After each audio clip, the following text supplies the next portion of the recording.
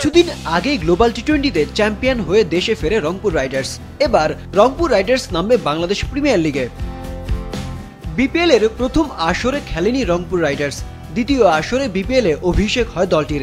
প্রতিটি আসরে লড়াকু ক্রিকেট খেলে প্রশংসা কুড়িয়েছে বসুন্ধরা গ্রুপের অধীনে খেলা রংপুর রাইডার্স। এবারও বেশ ভালো কিছু ক্রিকেটারকে দলে ভিড়িয়ে শিরোপার স্বপ্ন বুনছে 2017 আসরের চ্যাম্পিয়নরা। এবারের আসরের জন্য রংপুরের লোকাল প্লেয়ারের চেয়ে বিদেশি প্লেয়ারকে প্রাধান্য দিয়েছে বেশি। ইংল্যান্ডের মারকুটে ব্যাটার অ্যালেক্স হেলস ও পাকিস্তানি ব্যাটার খুশদিল শাহকে দলে টেনেছে তারা। দুজন মার্কিন ক্রিকেটারকে দেখা যাবে রংপুরে। বাহাতি ব্যাটার স্টিভেন টেইলর ও বাহাতি পেসার নেত্রা ভালকারকে নিয়েছে দলটি। সবশেষ টি20 বিশ্বকাপে এই দুজনই দুর্দান্ত খেলেছিলেন। রংপুরের বড় চমক আফগান অফ স্পিনার গজনফর, যিনি 8টি ওয়ানডে ম্যাচ খেলেই সাড়া ফেলেছেন আন্তর্জাতিক মহলে। আসন্ন আইপিএলে মুম্বাই ইন্ডিয়ান্স 18 বছর বয়সী এই অফ স্পিনারকে দলে ভিড়িয়েছে 4 কোটি 8 লাখ রুপিতে। গেল আইপিএল আসরে আরেক আফগান অফ স্পিনার মুজিবুর রহমানের বদলি হিসেবে 20 লাখ মূল্যে ডাক পেয়েছিলেন গজনফর।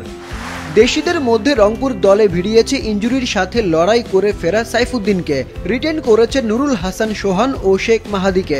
ড্রাফট থেকে দলটি কিনেছে ইনফর্ম সৌম্য সরকারকে আর 22 গজে গতির ঝড় তোলা নাহিদ রানাকে। বিপিএলে রংপুরের আছে বেশ কটি দারুণ রেকর্ড। যৌথভাবে কুমিল্লার সাথে সর্বোচ্চ স্কোরের রেকর্ডটি রংপুরের দখলে। 2019 আসরে চট্টগ্রাম চ্যালেঞ্জার্সের বিপক্ষে 239 রান তুলেছিল রংপুর। এছাড়া বিপিএলের 3টি দলকে সর্বনিম্ন স্কোরের লজ্জা দিয়েছে দলটি। 2015 সালে সিলেট সুপারস্টার্সকে 59 রানে অল আউট করে তারা। 2016 সালে খুলনা টাইটান্সকে মাত্র 44 রানে গুটিয়ে দিয়েছিল রংপুর। 2019 সালে বিপিএল এর সর্বোচ্চ 4বার শিরোপা জয়ী দল কুমিল্লা ভিক্টোরিয়ান্সকে 63 রানে বেঁধে ফেলে রাইডাররা। এই আসরে ভালো কিছু করার জন্য মুখিয়ে আছে দলটি। টপ অর্ডারে অ্যালেক্স হেলস সৌম্যরা জ্বলে উঠলে আর বল হাতে নাহিদ রানা গজনফররা জাদু দেখাতে পারলেই দ্বিতীয় শিরোপার স্বাদ পেতেই পারে রংপুর রাইডার্স।